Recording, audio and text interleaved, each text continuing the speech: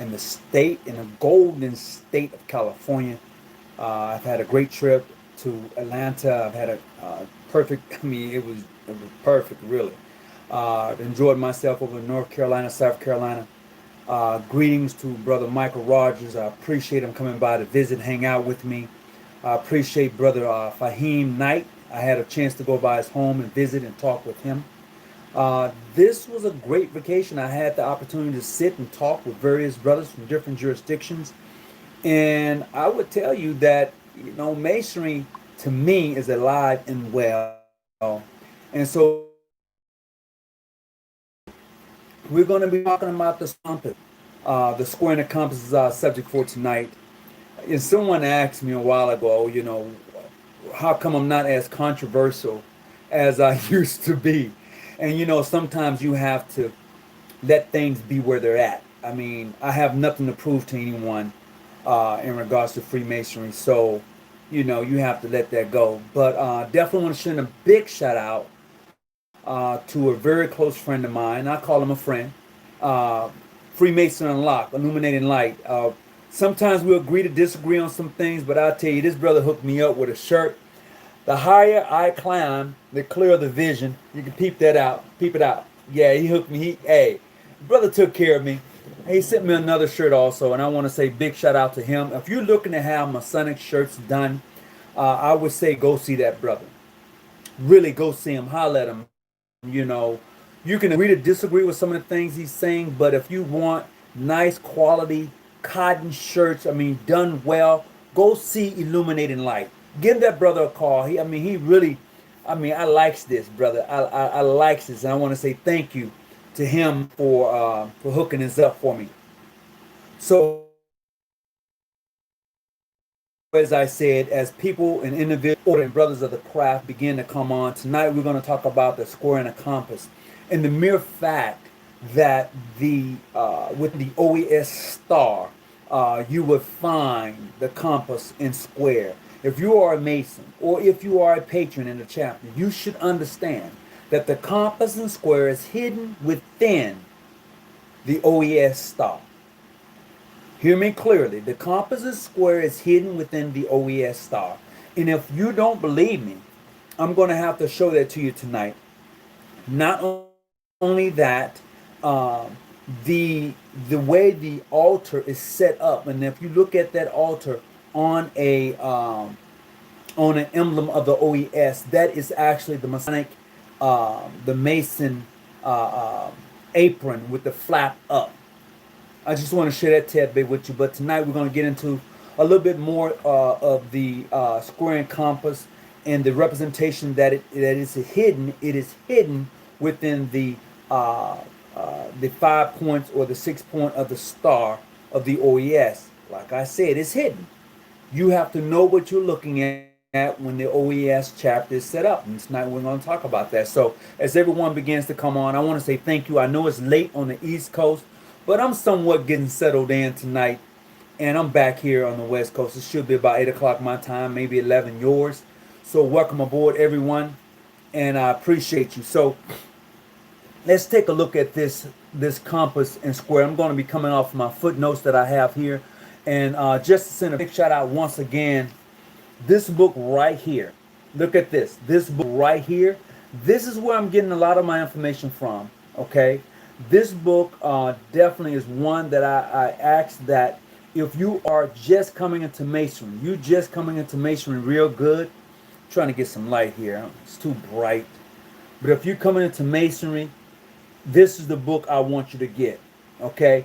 If you're interested in the esoteric side of Freemason without book, and tonight we're going to talk about the square and the Star of David from out, and I would definitely tell you to go get this book. And I don't know if my administrators are on tonight, but right here, he's a member of Prince Hall Grand Lodge out of Pennsylvania.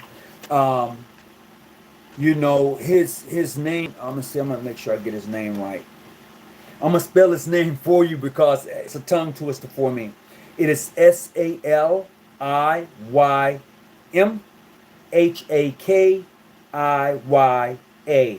And the book is called Symbols and Allegories in Masonry.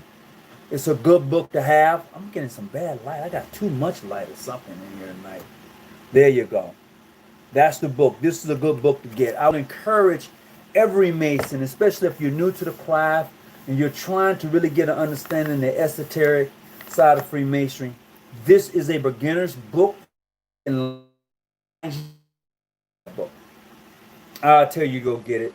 It's a good book to have. It is not a spook book, so you don't get too afraid. It's one of those books you can say, I like it, I got it, and move on to the next page, because it breaks down a lot of things that you don't necessarily get in your lodge meetings.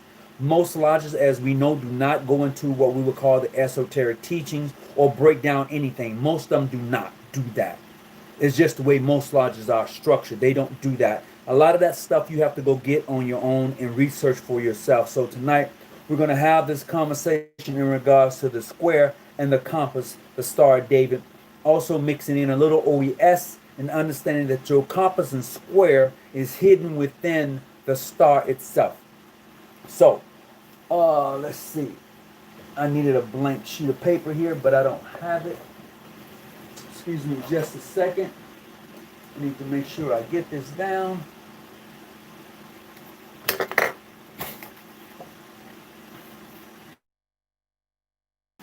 The comparison between the two symbols is Masonry pays tributes to the Jewish faith.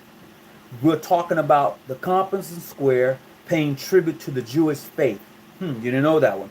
From the building of what is called King Solomon's Temple to the relationship of it, they are synonymous. Let's take a look at them and see their relation, okay? When you look at them together, the square and the compass, well, I'm going to show you 6 points, okay?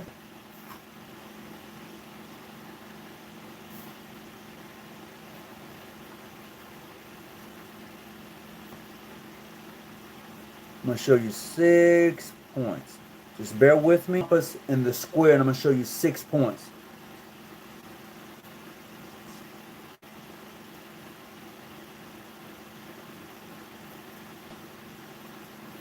Okay. All right. I think I'm going to have to get a little closer. So, I'm going to count your 6. So, here's your 6 points. It's 1, okay? It's 2, 3, 4, 5, 6. Those are your 6 points. You got to realize that the Star of David has 6 points. And I'm going to make the connection for you in just a second here.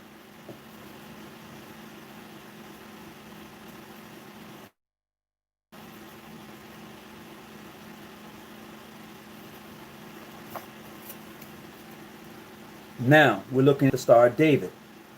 You see your compass and your square. And then if I come across, I make the connection between the points. If you notice in Freemasonry that you're not allowed to walk certain places in the lodge. It's not in a ritual book. But I'm telling you, and you know this for yourself, if you are a Mason, you know in America, in Americanized Masonry, you're not allowed to walk certain places in the lodge. Okay? You're not allowed to walk certain places. You can see for yourself the places that you are not allowed to walk. But you can also see, as I can get this a little closer to some, I don't know, I got some bad light. Something is happening here tonight. I don't know. This light here. There you go. I can show you right here. 1, 2, 3, 4, 5, and 6. Okay? 1, 2, 3, 4, 5, 6. Those are your, that's your square, that's your compass. Okay? If you come across, you get your 6-pointed star. Okay? That's the relation. But if you're a Mason, you know that when you see this, there are places you don't walk in the lodge. Okay? There are places you don't walk in the lodge. And with that being said, upon those 6 points, you're going to find 5 of them that represents the 5 herons of the order. and they're going to start as such. If you're talking in regards to the OES, and here's where you're going to find them. If you're talking in regards to the OES on this 6-pointed star, okay, if you're talking in regards to the OES, I'm going to show you where you're going to find them at.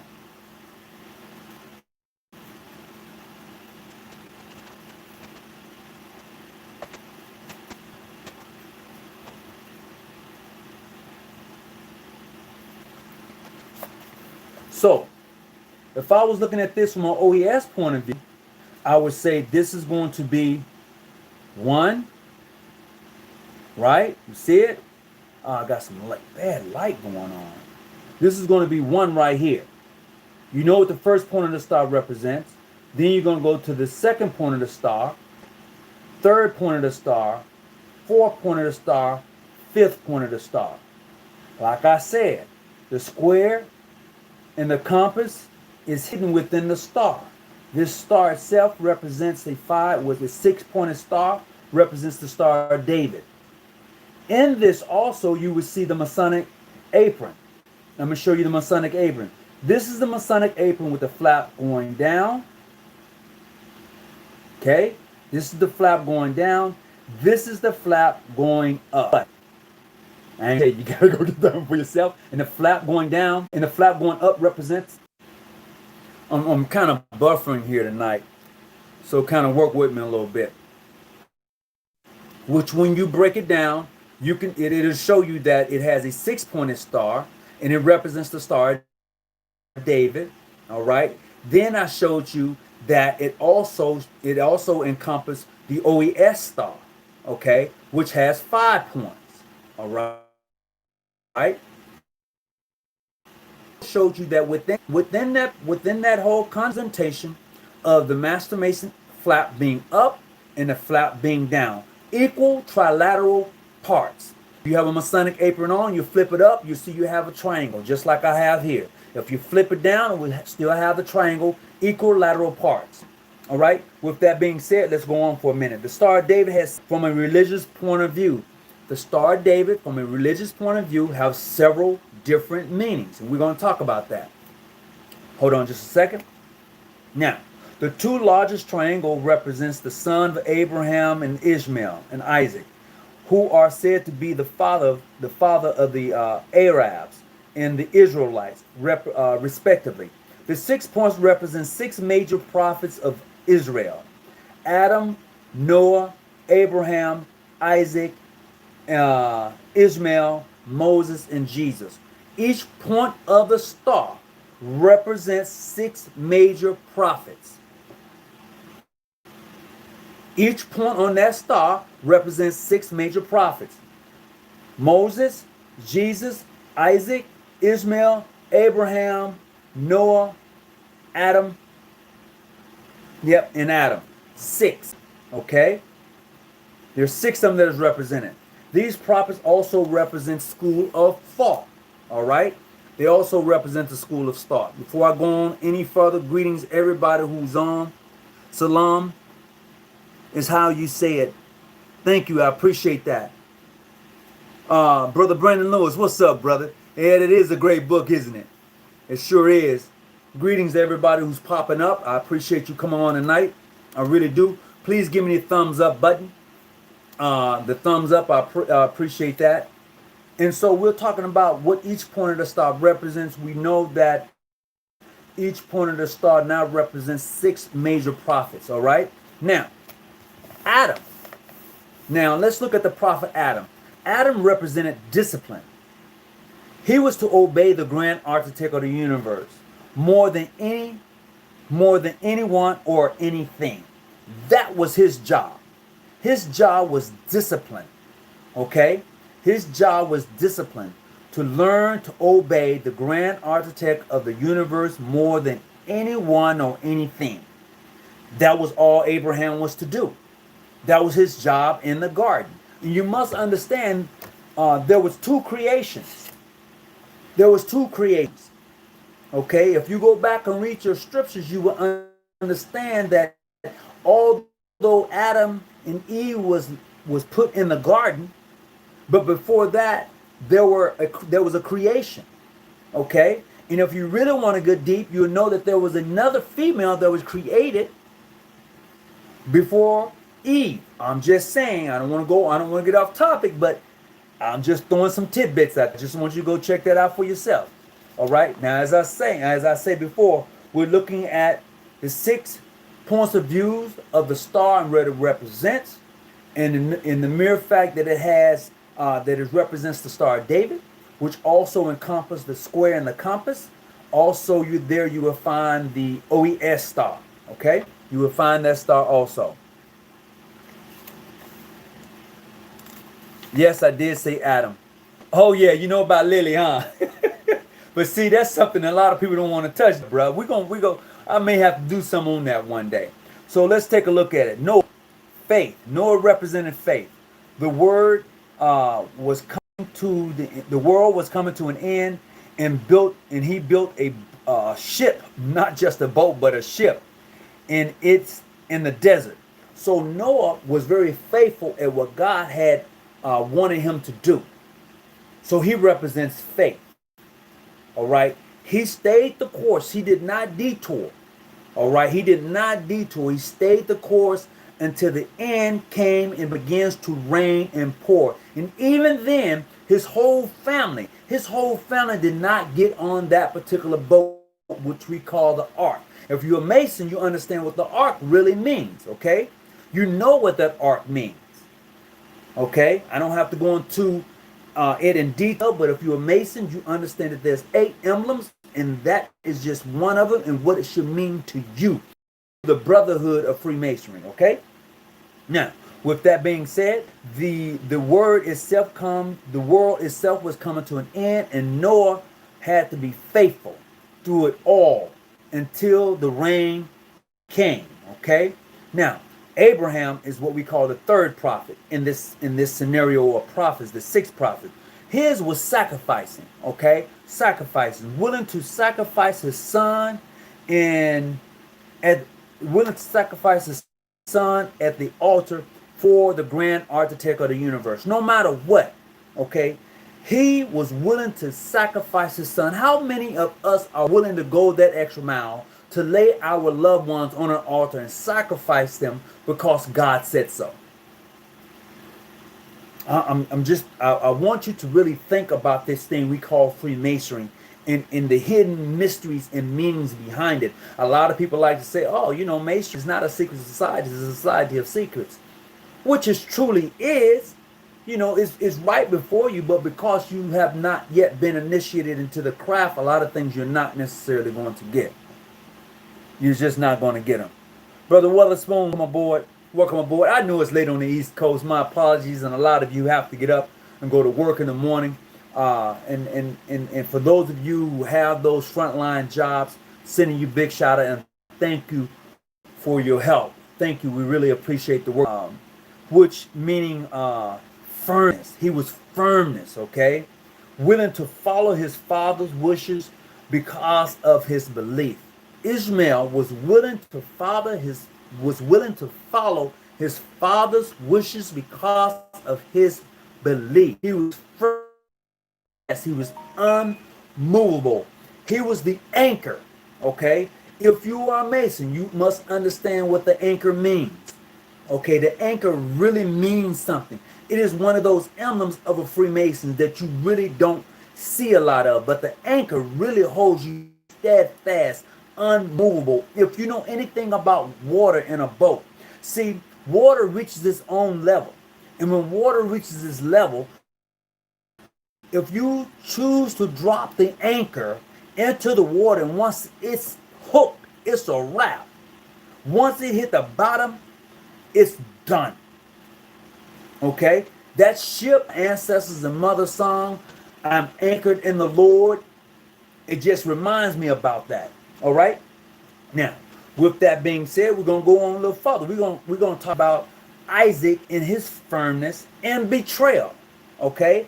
Isaac in his firmness, but yet he was betrayed, or may I say there was some betrayal going on. All right? The betrayal was taking the blessings of the firstborn. That was the betrayal between Isaac and Ishmael, because he took the blessings of the firstborn. All right. But with that being said, he was still yet firmness, and he was still yet unmovable. His anchor was in the Lord also. He had dropped his anchor. He was yet part of the ark of safety. Abraham. If you know anything about Abraham, he was that ark of safety. All right? Because from Abraham, all what we know of today, you get those major religions or faith-based thought process comes from Abraham, his seed. Okay? You can look that up, do a little study yourself, you'll find out what I'm saying is true. All right? Now, for the fifth major prophet, we're going to take a look at Moses. Moses was patient.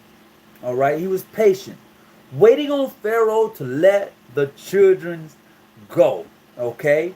Now, here's what was unique about Moses. If you are part of the Royal Ark Masons, you know that Moses played a real heavy part in the Royal Ark Mason. Okay? You can't go through those veils without seeing Moses. You can't. There's no way possible as a Royal Ark Mason you go through the veils and not see Moses and understand the process for which you have to go through in order to become a Royal Arch Mason. And understanding in the Royal Arch Mason, you have incense, you have frankincense, you have the altar of purification. You have that chapter of the Royal Arch Mason is set up just like they were set up at the bottom of the mountain of what's the mountain where they took shelter at? It was the same mountain that Moses went up when he went with God and bring the tablets back down. Can't even think of it. Oh, sucks. I can't think of the name of the mountain. But it's set up just like that in that tent. And if you understand how they was actually constructed, you had in the center of the encampment, you had Moses, his companies of high priests that was around him. You had Moses and Aaron and then the whole group right there in the center of the encampment. And outside of the encampment, you had everybody else. Okay? Everybody else. There were one, two. There are like two sections to the encampment with Moses being in the center of the encampment. If you are a 33rd degree, you should understand exactly what I'm talking about when I'm talking to you in regards to the encampment and how it's structured. Because that's how they were structured at the foot of the mountain when Moses was going up. All right? Now, we could go on. That was Moses representing one of the fifth prophets, and he has dealt with patience. Now, Jesus being the sixth and last at the time, okay, represented forgiveness. Forgiveness for those who trespass against you, okay? His forgiveness time was 70 times 70. Forgiveness of those who trespass against you, meaning that they did you wrong and you're supposed to forgive them 70 times 7. Forgive them, keep them moving. He didn't say go back and get punished again. He didn't say that. Now, some of you like a lot of punishment. Some of you like that. But if somebody's done you wrong and you know it, you make your peace, you say what you got to say, and you move on. Period. You don't sit and go back and get abused like you're in a bad marriage or something like that. It was not meant that way. If somebody hit you and you turn a cheek, don't mean that you give them the other cheek to hit. I'm just saying, you glutton for punishment. I'm just saying, I just want you to look at that from a different perspective, because for too long you've been taught. Love your enemies. Love them. You know, if they treat you wrong, if you treat me wrong, and I know it, I'm not coming back that way to be treated wrong again. It's over. It's done. I never said I wouldn't speak to you. I'm just saying that friendship that we didn't patch up, it's over. It's done. So there's no, oh, well, Hawkins, do you forgive me? It's over, bruh. It's a wrap. you know, and that's how you have to begin to see life for what it is. Stop going back into a bad relationship, a bad friendship, when you know that person is really just outdid you, and you keep running back to it. That's on you. You must love that abuse. I'm just saying. Now, once again, there are six major prophets that you look at and what they represent within that point of the star. Like I said, and I'm going to go back. If you can see this, I got some bad lighting. I don't know. I got some, oh, okay, there you go. There you go, right there. As you can see this, you have the square. Okay, you have the compass. All right, and if you go across, I'm going to give you 6-pointed star. Okay, which is the Star of David. And then after that, I'm going to show you the 5-pointed star, which represents the OES, which is 1, 2, 3, 4, and 5. All right, and within this point of the star of the OES is the compass and square, which is hidden. Also, not only that, if you look at the flap coming down, which represents the Master Mason, the flap going up represents the inner apprentice. Okay, but there's something about this line right here that is very special. Something about this line right here that is very special. If you're a Mason, you should know what this line represents and why it is so special. You should know this. Okay, this line is very special, and you should know why. Okay, and it's not in a ritual book, but you as a Mason should know why this line is very special. All right, although I just told you that this represents the the Master Mason flap going down, inner apprentice going up, which gives you 6 points, which has which encompasses the OES star, which hides the compass and square. But I didn't tell you about these two lines. And I'm not going to tell you about these two lines because they're not in any ritual that you would find. But they're very important to Freemasonry. Okay? They're very important to Freemasonry. All right? Now, a different point of view, the two lines of the other, okay, element, earth, air, and water, fire, earth, air, water, and fire. Example below. And this is how it's going to go, okay? I'm just going to break this down to you real quick.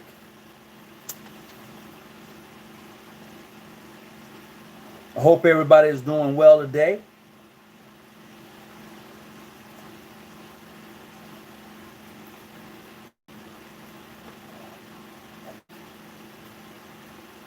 And we're going to get right into this. Just a second as I break this down for you.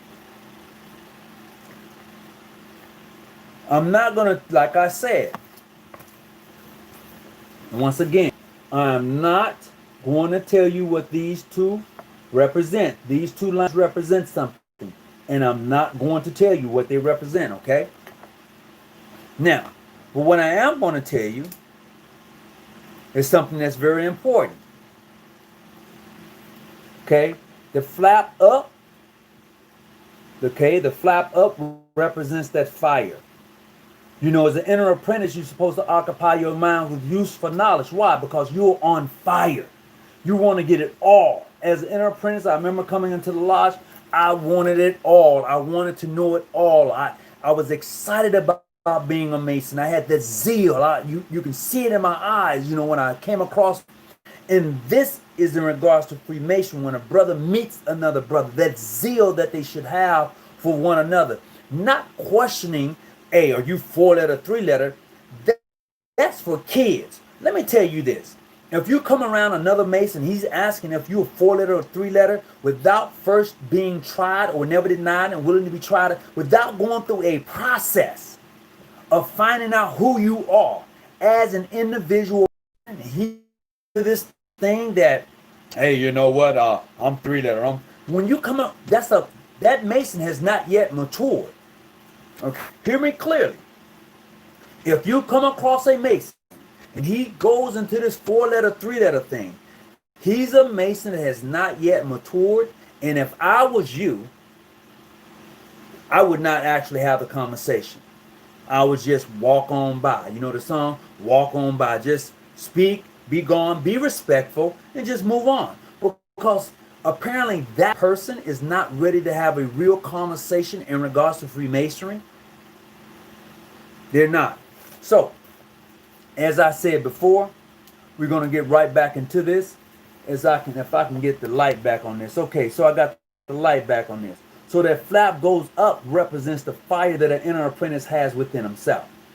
Okay, this flap, which is down right here, okay, flap turns down represents water. You know why? Because water does what? Reaches its own level.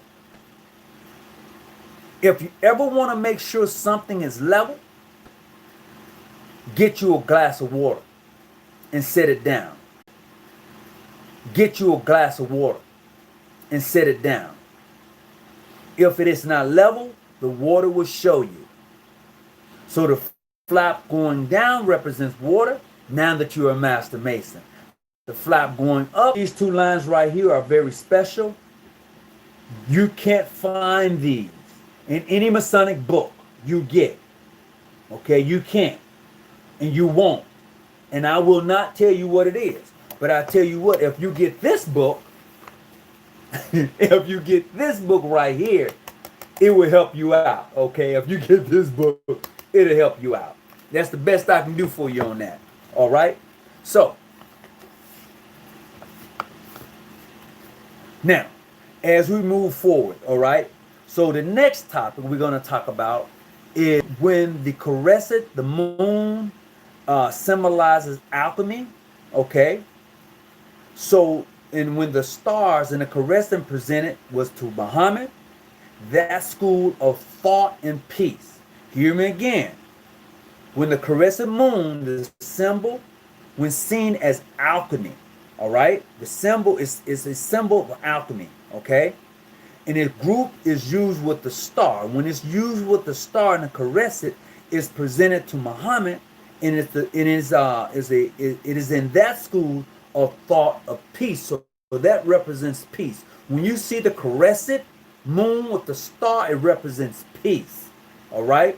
If you ever see the moon without the star, it represents alchemy. Okay, which represents alchemy. Okay, by itself. All right. I hope that you're enjoying the conversation that we're having tonight. If you have any questions and you want to do a call in, you're certainly welcome to do so. Welcome everybody. If I had not yet hit you up yet, I want to say peace to everybody that's coming on. Brandon Lewis knows exactly where I'm coming with this book tonight. He has it. Brother David Weatherspoon, how you doing? Travis, what's going on with you? I appreciate you tuning in. The large professor, something like that. Largo, me too. That's a fact. I appreciate that. What's going on, Rob Law? Fact, male and female principle. Sure is. Oh, right. Travis said water, female, wet. I'm just... Oh, my God, man. All right. Boy, y'all putting it out here tonight. I'm not... What's up, King Musa? What's up, bro? I ain't seen you in a minute, man. How's you and the family, bro? Blessings to you and the family, all right? I follow you. I keep my eye on you. You know, bro, you're doing some things there. And I appreciate you. I hope everything is going well with you and your family, the new home that you've just purchased, the thing you're doing. I'm kind of freezing, so please bear with me. I'm flipping. I don't know if you can follow me right now.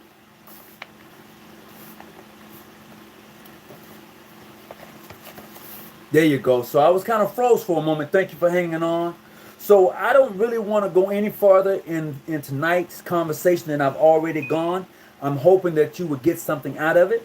Once again, I want to send a big shout out to my man, Illuminating Light. This shirt says, the higher I climb, the clearer the vision. Right up under, and this triangle, you know, got the 95. It represents the 95th degree that I so carry.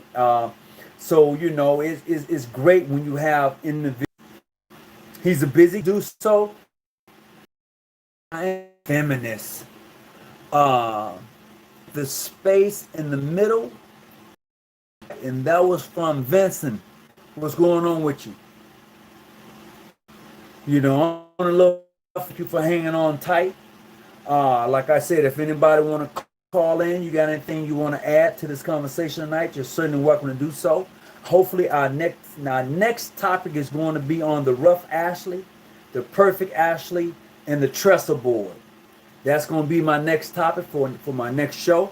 And I'm hoping that any of the information I bring to you, that you can go and look this up for yourself and see that it's good information to know and to have, and understanding Freemasonry from a different few weeks here in my travels, is that, you know, as long as you think you're had a chance to sit and talk with him, the brother is very intelligent. He has some degree work that he's working on, and I can't wait till it's done. You know, I can't wait till it's done. He's able to European style of Freemasonry that he's introducing. This is totally on a whole nother level. This has anything to do with the primitive rites or Mythos Mizram. This information has, and we're bringing forth here in the near future, is something that I think is really going to benefit Masonry or the Black Masons in general. Not that I'm saying it won't help anybody else, but for you, it's an eye opener. And I would say, and I say that because of the information that's been shared with me. Sitting down and talking with Brother Fahim Knight out of from North Carolina, you know, I really enjoyed his home. I really enjoyed the fact that he opened up his door to me, and we had a blessing conversation. Him being Prince Hall, me being Ancient, Free, and Accepted. Some say me John G. Jones. But this is where you have to be able to understand the realism of Freemasonry versus 3-letter, 4-letter. We as Masons, he and I was able to sit down and have a conversation in regards to the betterment of the organization. There was no need for us to go through a routine of trying and seeing when we understood where we needed to go as Black men. And when you get past that point, you would then begin to understand the 6 major prophets, you know, when they was dealing with what? Sacrifice, discipline, firmness, patience, and forgiveness. All of that plays a part in your growth as a Mason. Okay? If you haven't gotten there yet, that tells me that and it's not going to come overnight. Even I, when I was a young apprentice, young man with a lot of fire to grow and to mature and to see things from a different perspective, as I began to try and sit in various lodges and see things different than my own, my perspective changed. Okay? My thought process changed because I was introduced to something beyond my own confine, beyond my own jurisdiction. When I was introduced to the primitive rites and the rites of Mythos Mizram, when I was introduced and sitting in lodges with brothers in foreign countries, when you get there, you're not going to see Masonry the same. This is the uniqueness of the fraternal order. This is why when brothers who are aboard ship, okay, and they're from various jurisdictions, when they are aboard ship, they don't have this issue that we have inland. They don't. You know why? Because they understand Masonry from a whole different perspective. It's just the beauty of being able to actually travel. And a lot of us who are Masons, we call ourselves traveling, but we've never been no farther than our own Grand Lodge Grand Session, or maybe our national affiliation had a big, huge convention somewhere. And that's as far as a lot of us have gone. But if you're truly interested in Freemasonry, you're truly practicing the craft as it should be practiced, then your boundaries is beyond where you're at. Okay? Your boundaries is beyond where you're at. And most people like to throw up a lot of the who recognizes you and who's this and who's that. If you can only travel where you're at, then you're limited in being a Mason. It's true. If you can only, listen to me closely. If you can only travel within the confines of your jurisdiction, or with the confines of your General Grand Masonic Congress, or within the confines of your Grand Master's Council, if that's all you got and that's all you can ever travel, and that circle, that's it, you're missing out on Masonry. It's just that simple. What I just broke down to you tonight was not something that came to me overnight.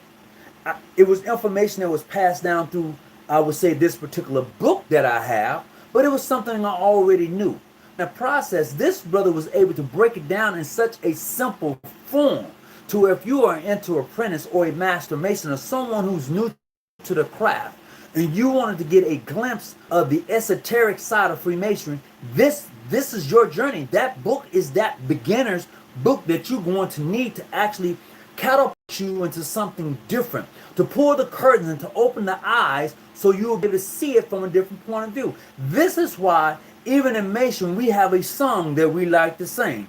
This little light of mine, I'm going to let it shine. How is it that you can let your light shine when you got it hidden under a bed and it's not where everybody can see it? How is it that you have a light that you carry within yourself, but yet it is a dim light? You need to put your high beams on. You need to be able to, people need to understand who you are and why you are the way you walk and you carry yourself. If you're going to be that true Mason, if you're going to be the example of a Mason and come out of the darkness of the anti-room into the lightness of Masonry and remove the cable tow from around your neck and understand that for man, it's beautiful. But if all you're going to ever do is sit where you're at because you think where you're at is that's it. This is it. This is all of Masonry. No, you are sadly mistaken. Now I could, if I wanted to, I have receipts to throw rocks at brothers and to say different things about different people, very negative things. But when you mature into Freemasonry, that's a waste of your time. Now I would tell you this: I'm in in some Facebook groups, and I laugh, I chuckle. I'm like, y'all would eat your own people. It's all fun and games. I mean, it should not be that personal in some of these Facebook groups. It should not. However, it is very personal to a lot of keyboard because you don't think you'll ever meet that person. You don't think that. But if you're really interested in Freemasonry and what it holds and what it can do, then you're going to understand that meeting that person that I'm talking to 10,000 miles away or 1,000 miles away, when you meet them in the jurisdiction where we're at, we have developed relationships. At times, that can be very difficult. You know, that can be very difficult at times to develop those relationships. But your Grand Lodge is going to have to do that. That's true. Your Grand Lodge is going to have to do that. You can't say, for sharing. Thank you for dropping that 10. I appreciate it tonight. You're certainly welcome to do so. How much time do I have left? If you have missed anything that I tonight, please go back and watch this video in its entirety. Like I said before, there were some things that I would not share as far as Tour the Line. I would not share that with you because it's something I want you to go and look at yourself because you can't find that in any ritual. You may have been told, but you can't find it. And that is the uniqueness of Masonry. Everything is not in a ritual. People can go buy your Masonic rituals and read them. Get your groups, your signs, your words. They can go and get all of it. But the uniqueness of Freemasonry is that everything is not in a ritual. They can go buy your catechism to protect our jury. But the uniqueness of Freemasonry is the fact that everything is not in the ritual. Some things you're going to only get when you're in lodge meetings. And that is one of the most important reasons why you should go to lodge meetings. As a matter of fact, I want to encourage each of you, if you're doing Zoom, if you have the opportunity to even hold lodge meetings, is to be able to present a lecture. You as a master mason, an inner apprentice, a fellow craft, present a lecture that night of your Zoom meeting or your lodge meeting. There should be no reason why you're not getting the education out of your lodge. There should be absolutely no reason. Master, senior warden, junior warden should be give a lecture off the top of their individuals who are sitting in those seats that you elected them to sit in, and they can't give a lecture on the spot. It says a whole lot about your lodge. It says a whole lot about your chapter. Your worthy matron, associate matron, conductress, assistant, your associate conductress, they all should be able to give a lecture on the spot. Training to be able to do that because they're headed where? In the lodge. That's what we say in the chapter. And if you're headed that way, you should be very knowledgeable if you're elected to those positions. And elected to, very important. When you are appointed to the senior deacon now in line,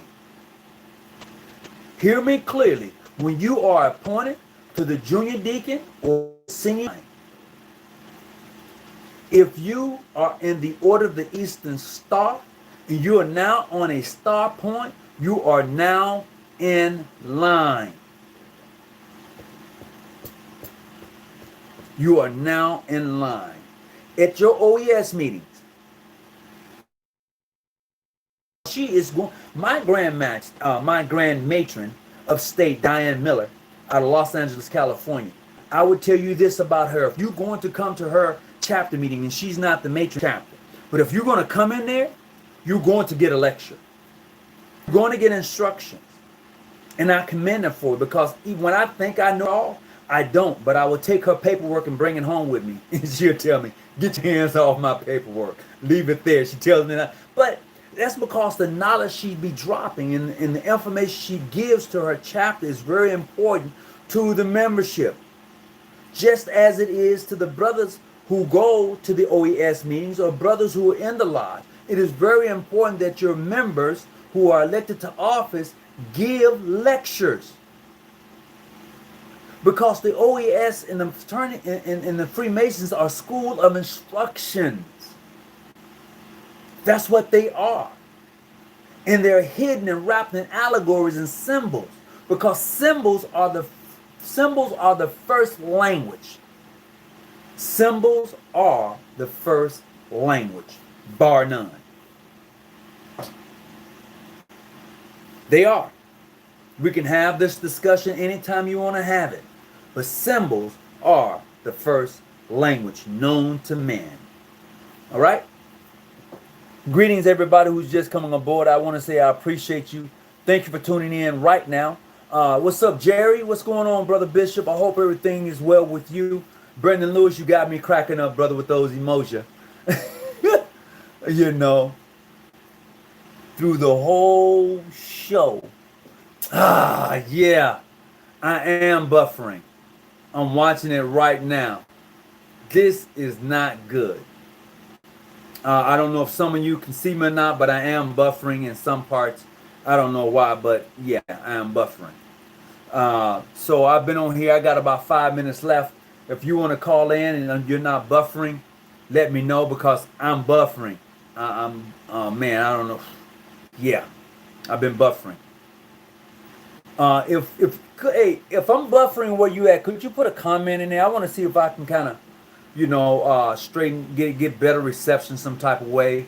As it stands right now, I'm not buffering, but I'm looking at it from another video and it's showing that I am buffering. I think some of us are too quick to get in and out of our lodge meetings without gaining anything. You're probably right. A lot of us are too busy wanting to get in and out of lodge meetings.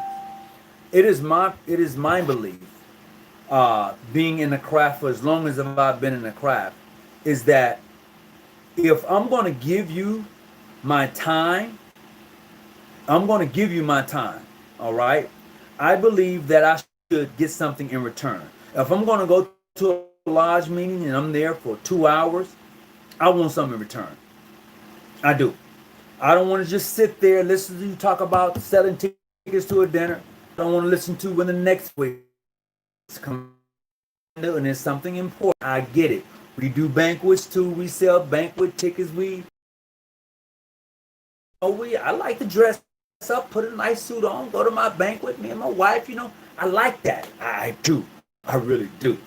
A lot of instructions. You should get that. You should get some training in lodge meeting. You should get training. You should understand how do you walk the labyrinth. Okay, that's about this whole thing. That's the importance about it. So, I'm not going to hold you long tonight. I hope that you've gotten something out of this because I certainly have. And I know I'm going to go ahead and close out tonight. Hanging out with me. Whatever you do, stack the bushes, keep your light on, and remember, the higher we climb, the clear vision. The higher we climb, the clearer